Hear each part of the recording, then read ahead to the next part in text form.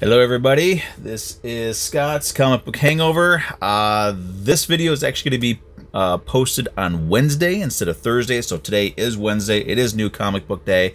I'm going to be posting this one today because tomorrow, being one of the best holidays of the year, Thanksgiving, because that's Turkey Day. Turkey, of course, is the best thing to eat aside from steak and bacon. So, taking into consideration that everybody's probably going to be busy with Thanksgiving and family and just enjoying the day, I figured I'm just going to do this video today and get it posted today so people can check it out and not have to worry about it tomorrow. So let's talk about some of the books I picked up last week. Actually, last week I only grabbed like 4 books anyway, so let's go through these real quick. These ones here, I'm not going to say too much about them other than the fact that they're awesome runs. We got Stillwater and Big Girls. These ones I have decided to finally add to my pull list. They're really good runs. As Big Girls, actually as both of them, they're both kind of going along the same way. We got a whole new world, whole new realities, new concepts, great characters, awesome art. And as these series are progressing, we're learning more and more about the worlds and the rules and who's who and what's what. So these are great runs. These are great series. Both of them have been just very entertaining. I'm very happy with them. So they are now officially being added to my pull list, which is awesome. So next one that I picked up last week, Something is Killing the Children, number 12. This one was a... it's kind of a story issue. There's, you have the action issues and you have the story issues. And the story issues you need because that's where your characters are developed more. That's where you kind of get your chance to breathe. The Walking Dead did this a lot, where they would have whole storylines where there was zombies and there was violence and there was attacks and there was action, there's swearing, all sorts of stuff. And then they would have a stretch of issues where you didn't see a single zombie, where there wasn't a lot of fighting. There wasn't. It was mostly dialogue. It was character development. It was progressing story, moving it forward, and just letting you know more about who these people are. And that's kind of what this issue here was for Something is Killing the Children. We see the aftermath of the previous issue where Erica is badly hurt. She gets bitten by one of the monsters, so she goes to this house and she's trying to save everybody, and she's trying to she sews her own arm up and she's trying to figure out the next step. Problem is, at the end of the issue, the Order of St. George people show up. The people that she works for or works with, they show up, and everything really goes pear-shaped. They start erasing the town from everything. They close off the highway exit to the town. They get ready to just sort of cordon the whole thing off, because their general idea of handling these things when people realize that there's monsters, instead of trying to work with the people and help them cope with the new aspects of reality, their whole way of dealing with it is killing everybody, wiping out everything, and erasing the town. And that's what they're in the process of. Erica doesn't want that to happen this time. And at the last page of this issue is one of those holy crap moments, which I love in comic books, especially something like this. So Something is Killing the Children is still an amazing series. It's still going really well. Very happy with it. It has a permanent home on my pull list. The last one I picked up last week was Batman 103. I kind of have the feeling that we are getting ready for a new Batman team-up, only it's not going to be Batman and Robin like we're used to. I'm thinking it's going to be Batman and Clown Hunter, because he really seems to be taken with this kid for some reason. I'm not sure if it's that he's hoping to get this kid more focused and sort of point him in the right direction with the right tools and the right mentality, so he's not killing everything. But he's actually, I think he's kind of becoming more of a favorite character for me than Punchline was, because that Punchline one shot really, I don't know, it could have been so much better. But this one here, Clown Hunter, especially his fight with Harley Quinn, really, really awesome. So I'm still enjoying Batman as well. I'm still enjoying that book. So moving on, those are what I picked up last week. Some good reads, really, really fun, solid stuff. So what I also got this week is instead of, and it's kind of worked out really well because I wasn't able to pick up my Cody Con books this week. I'm going to have those next week. So this week, however, I did get my Comic Tom 101 Mystery Mail Call box. So what I got is You know, so usually with these books, there's books that I'll keep, and there's books that I'll kind of set aside to either pay them forward, or, you know, if somebody needs the issue, it's like, well, here, I've got it, I don't need it, go ahead and take it. This is the one book outside of the Comic Tom, the books, the special books, the special variant cover that you get.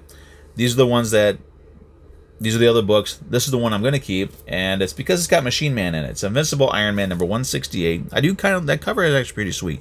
So it's got Iron Man, it's got Machine Man, it's got Iron Man. I'm going to keep this one. These other ones here, I don't really need them. Especially this one's Chastity. This is a Dynamite version of Chastity. I don't know what the hell they're doing with her. I don't really like what they did with her. Moving on. Star Wars Adventures number 1. This is a Comics Dungeon retailer incentive variant. I have no interest in Star Wars at all, so that one I'll definitely be paying forward to somebody, just not sure who. And this one, I'm kind of on the fence about keeping this one. I don't know if I really want to or not. I do dig the cover. I might end up keeping it because I dig the cover. Green Arrow number 12. I don't know what it is about the cover, but I'm digging it. So that one's on the fence. Then there is the Shang-Chi number 1. I'm also looking at, with Comic Tom, you get these little cards here that has on the back the list of everything that you get. So I want to give proper credit to the artists involved. So this is Shang-Chi, the Will Sliney variant. Mystery Mail Call exclusive, I'm assuming. Not at all interested in Shang-Chi, but the cover is actually kind of cool. This is, out of all the covers I've seen for this book, this right here is the only one that I really think is kind of neat.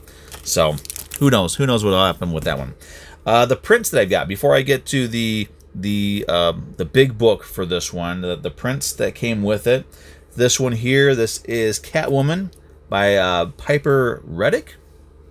It's actually kind of cool. I'm not sure if it goes this way or this way. I kind of like it this way, but she's also, I don't know if you can see, she did this one here as well, and I liked that print. So this one I'm going to keep. This is going to go up on my wall somewhere. The other one that came with was by artist Nate Johnson. He was doing, because Mighty Morphin Power Rangers number 55 was the special cover, so they did a Pink Ranger and a Lord Zedd print by artist Nate Johnson. There's less than 1,300 each of these. I was lucky enough to get the Lord Zedd one. Very happy with that. And is this numbered? Yeah, this is number 1176 of 1,300.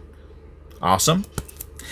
And the big one, Mighty Morphin Power Rangers number 55, covered by Raph Grissetti.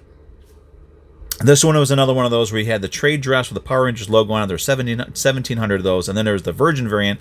There was 1,300 of, and I lucked out. I got the Virgin variant, and this is a very sweet cover.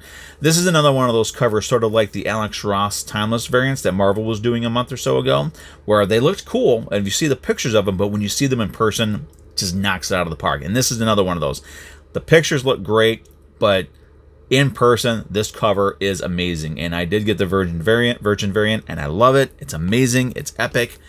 Very much welcome addition to my Power Rangers comic book collection. So thank you very much. Another great, amazing cover. And the next one, this was actually going to be my last mystery mail call, but then they made the announcement that Peach Momoko was doing a variant cover for a Ninja Turtles book. Not a reader of Ninja Turtles, but I saw the cover. It's adorable. It's awesome. It's amazing. And so next month will probably be my last month for a little while doing the mystery mail call. So the books that I picked up this week, as we move on, this was actually, I think, most of the books that I picked up this week were reprints or second prints, that sort of thing. There was only 2 books that I picked up this week that I read. One book I read because it was one that I wanted. The second one I read because, well, what the heck, why not? I got it for the cover. You'll see why in a second. This is the first issue of I Walk with Monsters. This is from this is from Vault Comics. So it seemed like an interesting idea, so I figured, what the hell, why not? I picked it up. So we'll talk about this one next week.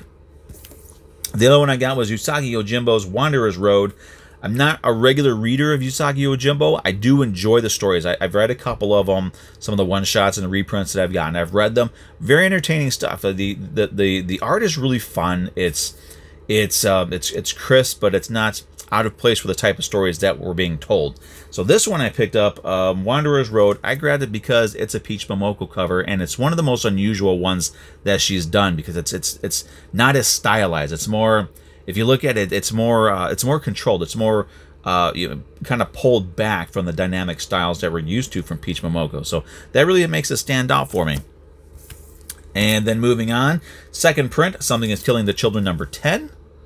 Another great cover, and like I've said last week, I am going to be getting the variant covers and the second prints and third prints or whatever for this series because I'm really enjoying it that much. And this one, I guess, came out last week. Somehow I missed it. This is Dollar Comics DC reprint, Sandman #23. Not sure why they reprinted it, but the cover is really sweet, so why not? And then from Marvel, True Believers. Got a load of True Believers this week. Iron Man #149, Invincible Iron Man, Doctor Doom. This is part of, this has something to do with the King in Black, which starts next week. So all you guys and gals out there who are interested in the King in Black, you need to contact your local comic shop now and let them know you want that King in Black #1. There's a lot of covers for it, so you got to get on it or else you're going to miss out. This is Fantastic Four #245, another True Believers. These next couple of them are all going to be True Believers. So I think I'm going to be having close to 200 True Believers books in my collection now.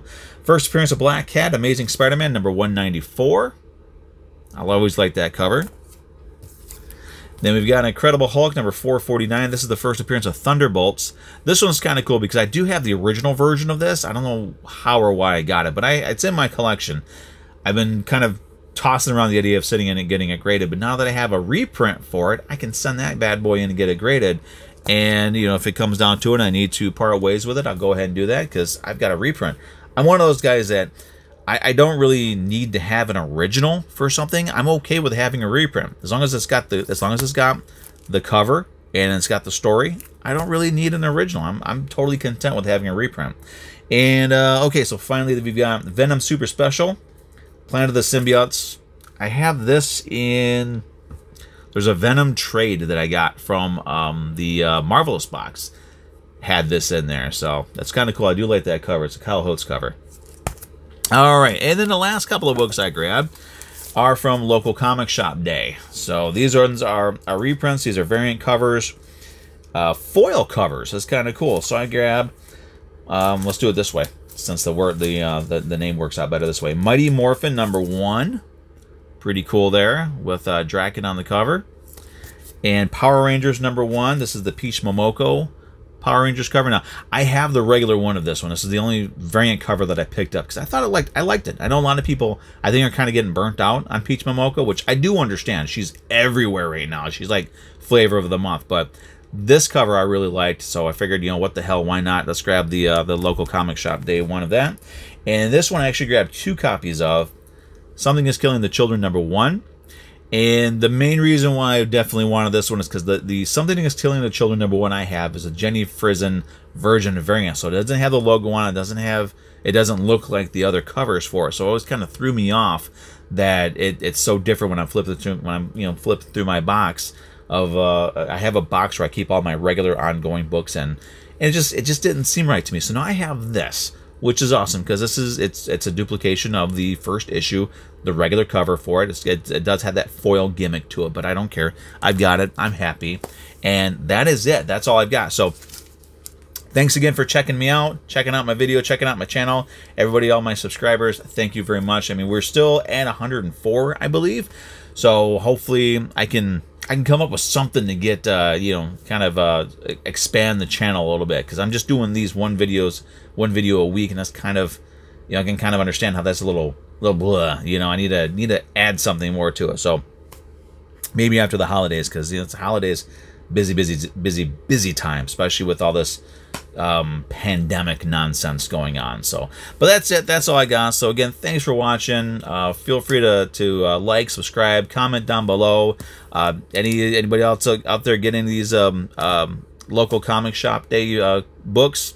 I'd like to know which ones you have. I know there's an Invincible one out there that I'm kind of curious about picking up, but yeah, I stick with what I definitely am excited about. But thanks again for checking this out. Everybody have a great, safe, and happy Thanksgiving. I know there's a lot of things about don't have big groups of people at your house. You know, the way I look at it, I think everybody should be is responsible enough. You should be responsible enough to know what the limits are that you can set for your friends and your family to come over. I know a lot of people they're having people over, but the grandparents are kind of keeping them at a distance, doing something small on the side with them to keep them safe, which is fine, which is great. So you do what you need to do. You do what you feel comfortable with doing. Don't let people tell you what to do. It's Thanksgiving. It's a family holiday. So, but that's it. That's what I got this week. Thanks for watching. Everybody have a safe and happy Thanksgiving, and I'll see you guys next week. You know, hopefully with another nice stack of books. See ya.